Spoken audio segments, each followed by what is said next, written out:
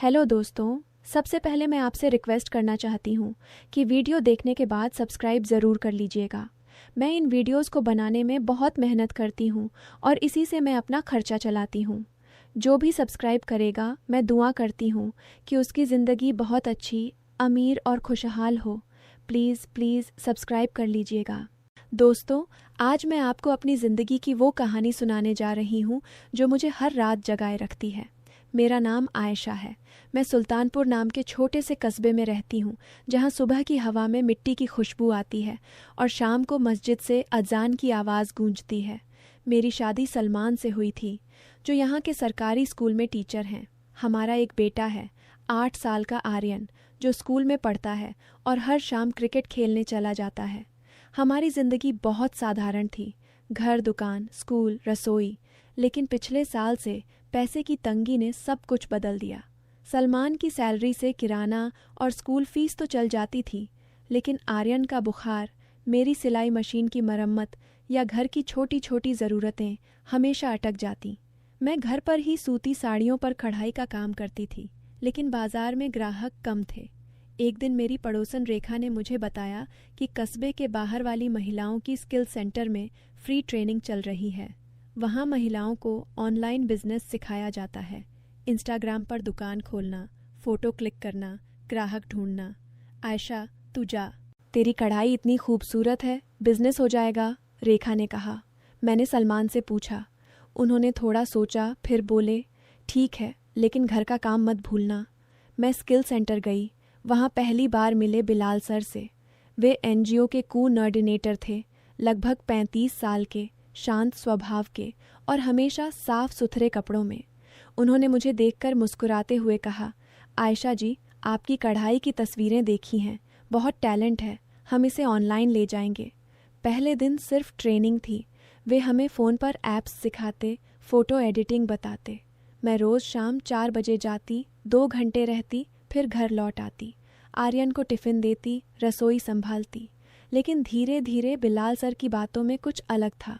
वे मेरी कढ़ाई की डिज़ाइन को यूनिक कहते, मेरी पुरानी यादें सुनकर हंसते और कहते, आयशा जी, आप सिर्फ घर नहीं, सपने भी संभाल सकती हैं। सलमान तो हमेशा थके रहते, स्कूल से आकर चाय मांगते, अखबार पढ़ते, फिर सो जाते। बिलाल सर की एक बात मुझे हमेशा याद रहती, महिलाएं जब खुद पर भरोसा करती हैं तो पूरा परिवार ऊंचा उठता है। पहले महीने में मेरी पहली ऑनलाइन ऑर्डर आई। एक दिल्ली वाली बहन ने मेरी कढ़ाई वाली साड़ी मांगी। मैंने रात रात भर काम किया। जब पैसा आया तो सलमान के चेहरे पर मुस्कान आई। तुम्हारा काम अच्छा चल रहा है, उन्होंने कहा। मैं खुश थी, लेकिन दिल में एक अजीब सा एहसास भी था। बिलाल सर जब मेरी मदद करते तो मुझे लगता कि कोई मुझे समझता है। उनकी नज़रों में सम्मान था, कोई लालच नहीं। कभी कभी सेंटर के बाद वे कहते, आयशा जी, आज की ट्रेनिंग में आपकी आइडिया सबसे बेस्ट थी। मैं घर लौटकर सोचती, काश सलमान भी ऐसे सुनते, लेकिन फिर तुरंत खुद को टोकती, आयशा, तू शादीशुदा है, ये सिर्फ काम है। रेखा से मैंने एक दिन कहा, रेखा, बिलाल सर बहुत अच्छे इंसान हैं, मुझे लगता है जैसे मेरे सपनों को वे समझते हैं। रेखा हंसी, अरे पागल, ये तो प्रोफेशनल हेल्प है, तू बस बिजनेस बढ़ा। 2 महीने बाद मेरा बिजनेस चल निकला। महीने के 10-12 हज़ार एक्स्ट्रा आ रहे थे। आर्यन के स्कूल फीस जमा हो गई, घर में नया फ्रिज आ गया। सलमान भी खुश थे। लेकिन एक शाम जब मैं सेंटर से लौटी तो पड़ोस की नज़िया, जो हमेशा से जलती थी, मुझे देखकर मुस्कुराई। आयशा, अब तो रोज़ बाहर रहने लगी हो, बिलाल सर के साथ कितना टाइम गुजरता है। मैंने टाल दिया, लेकिन दिल में चुभन हुई। फिर एक दिन सब बदल गया। शाम को सलमान स्कूल से लौटे तो उनका चेहरा लाल था। फ़ोन मेरे सामने पटक दिया। ये क्या है आयशा? व्हाट्सएप ग्रुप में फ़ोटो वायरल हो रही थी, मेरी और बिलाल सर की, सेंटर के बाहर खड़े हंसते हुए। फ़ोटो में कुछ एडिटेड वॉइस नोट्स भी थे। एक आवाज़ में कहा जा रहा था, बिलाल सर, आपके बिना मेरा बिजनेस नहीं चलता, आप मेरे सपनों के साथी हो। दूसरी में बिलाल सर की आवाज़ थी, आयशा, तुम्हारे बिना भी मेरा दिन अधूरा रहता है। मैं स्तब्ध रह गई। ये फेक थे, हमारी बातें कभी ऐसी नहीं थीं। लेकिन ग्रुप में लोग लिख रहे थे, आयशा ने इज्जत बेच दी, सलमान को पता नहीं चला। मेरी सास ने फ़ोन किया, बेटी, मोहल्ले में अफवाहें फैल गई हैं, घर मत निकलना। आर्यन स्कूल से रोता हुआ आया। मम्मी, बच्चे कह रहे हैं तुम किसी अंकल के साथ भाग जाओगी। रात भर मैं रोती रही। सलमान ने मुझसे पूछा, सच बताओ आयशा, क्या चल रहा है? मैंने सारी बातें बताईं, ट्रेनिंग, मदद, सिर्फ बिजनेस। लेकिन वे विश्वास नहीं कर पाए। फ़ोटो और आवाज़ तो साफ हैं। तुम रोज़ वहाँ जाती हो। मैंने तुम्हें इजाज़त दी थी काम के लिए, न कि। उनकी आंखों में शक था। मैंने कहा, सलमान, मैं तुम्हारी बीवी हूँ, आर्यन का माँ हूँ, ये सब झूठ है। लेकिन मोहल्ले के लोग मुझसे नज़रें चुराने लगे। दुकान वाले भी ऑर्डर कम कर दिए। मेरी सिलाई मशीन की धुन रुक गई। मैं दिन भर घर में बंद रहती, दिल में गुस्सा और दर्द। बिलाल सर ने एक मैसेज किया, आयशा जी, मुझे पता चला, मैं मदद करूँगा, ये फेक है। लेकिन मैंने जवाब नहीं दिया। डर लगता था कि और अफवाह फैलेगी। 3 दिन बाद रेखा आई। आयशा, नज़िया ने ये सब किया है। उसका पति बिलाल सर की एनजीओ से लोन नहीं मिला था, इसीलिए बदला ले रही है। मैंने उसके फ़ोन में देखा, वो एडिटिंग ऐप यूज़ करती है। हम दोनों ने प्लान बनाया, सलमान को भी बताया। पहले तो वे नाराज़ हुए, लेकिन फिर बोले, ठीक है, सच्चाई निकालते हैं। अगले दिन बिलाल सर ने सेंटर में मीटिंग बुलाई। पूरे मोहल्ले की महिलाएं आईं। बिलाल सर ने असली चैट रिकॉर्ड्स दिखाए, सिर्फ बिजनेस की बातें। फिर उन्होंने एक टेक्नीशियन बुलाया जो फेक वॉइस नोट्स की रिपोर्ट लाया। ये आवाज़ें जोड़ी गई हैं, रिपोर्ट में लिखा था। नज़िया वहाँ थी। उसका चेहरा सफ़ेद पड़ गया। सलमान ने उससे पूछा, क्यों किया नज़िया? मेरी बीवी की इज्जत से खेल रही थी। नज़िया रो पड़ी।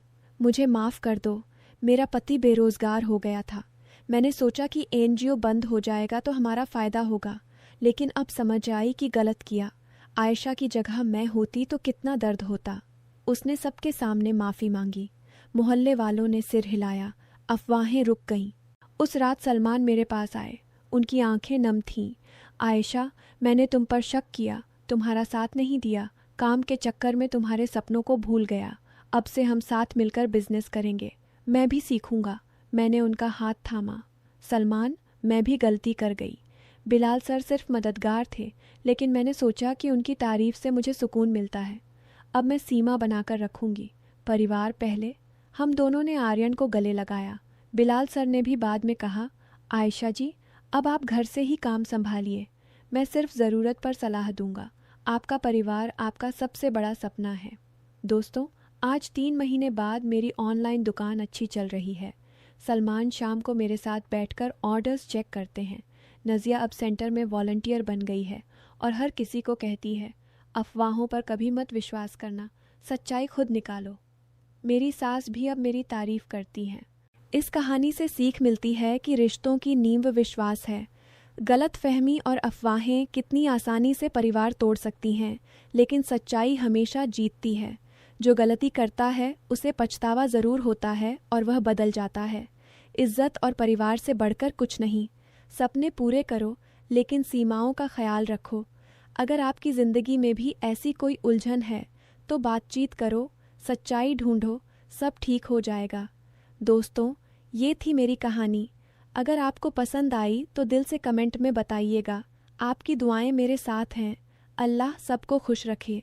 इंसाफ की देरी अक्सर सिर्फ एक कानूनी या प्रशासनिक कमज़ोरी नहीं होती, बल्कि मजलूम के लिए एक गहरी नाइंसाफ़ी बन जाती है। जब किसी पर जुल्म होता है, उस वक्त उसका सबसे बड़ा सहारा यही होता है कि उसे सही समय पर इंसाफ मिलेगा।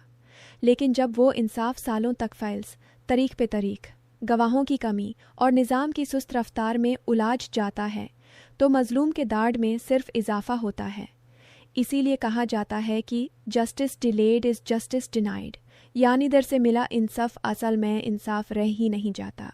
मजलूम के लिए इंसाफ सिर्फ फैसला नहीं होता, बल्कि उसकी इज़्ज़त, उसकी उम्मीद और उसके ज़ख्मों पर मोरम होता है। जब इंसाफ दर से मिलता है तो सबसे पहले उसका याज़बती नुकसान होता है। वो शख्स जो पहले ही जुल्म, दावा या नुकसान से गुजरा होता है, उसे हर रोज़ अपने दर्द को दोबारा जीने पाता है। हर नई तरीक, हर मुआदमे की दर्दी, हर इंतज़ार उसके लिए नई तकलीफ बन जाता है। अत के साथ उसकी हिम्मत टूटने लगती है और उसका बखार उस सिस्टम पर से उठने लगता है। इस देरी का दूसरा बड़ा असर समाजी और माशी होता है। कई मजलूम लोग गरीब या कमज़ोर तबकों से ताल्लुक़ रखते हैं।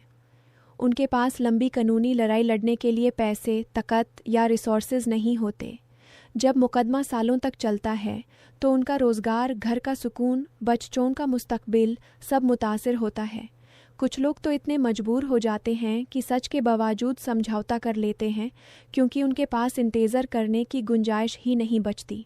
यानी देरी से इंसाफ सिर्फ देर नहीं करता, बल्कि माजलूम को मजबूरी के हवाले कर देता है। इंसाफ की देरी मुल्जिम को भी एक गलत पैगाम देती है।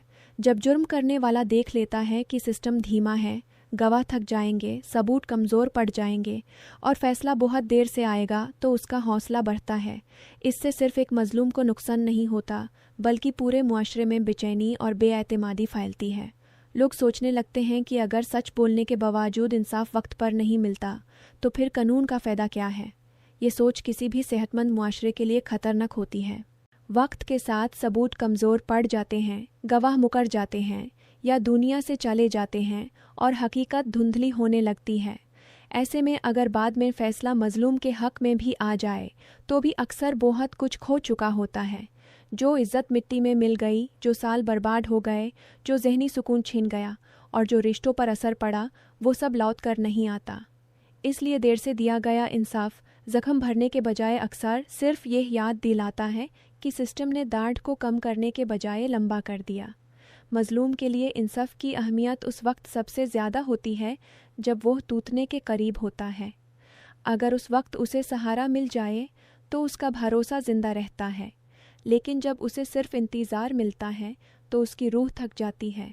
फिर इंसाफ एक हकीकी मदद के बजाय एक रस्मी ऐलान बन कर रह जाता है। कागज़ पर लिखा हुआ फ़ैसला शायद कानूनी तौर पर ठीक हो, मगर इंसानी तौर पर वो अधूरा होता है।